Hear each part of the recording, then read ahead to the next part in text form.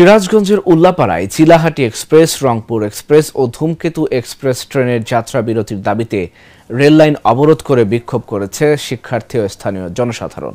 মঙ্গলবার সকালে অবরোধ শুরু হলে রাজশাহী থেকে ছেড়ে আসা বনলতা এক্সপ্রেস ট্রেনটি মোহনপুর স্টেশনে ৩০ মিনিট দাঁড়িয়ে থাকে। এতে ভোগান্তিতে পড়েন অসংখ্য যাত্রী। অবরোধের অংশ নেওয়া শিক্ষার্থী ও স্থানীয়রা জানান, দীর্ঘদিন ধরে স্টেশনে ওই আন্তনগর ট্রেনগুলোর বিরতি নেই।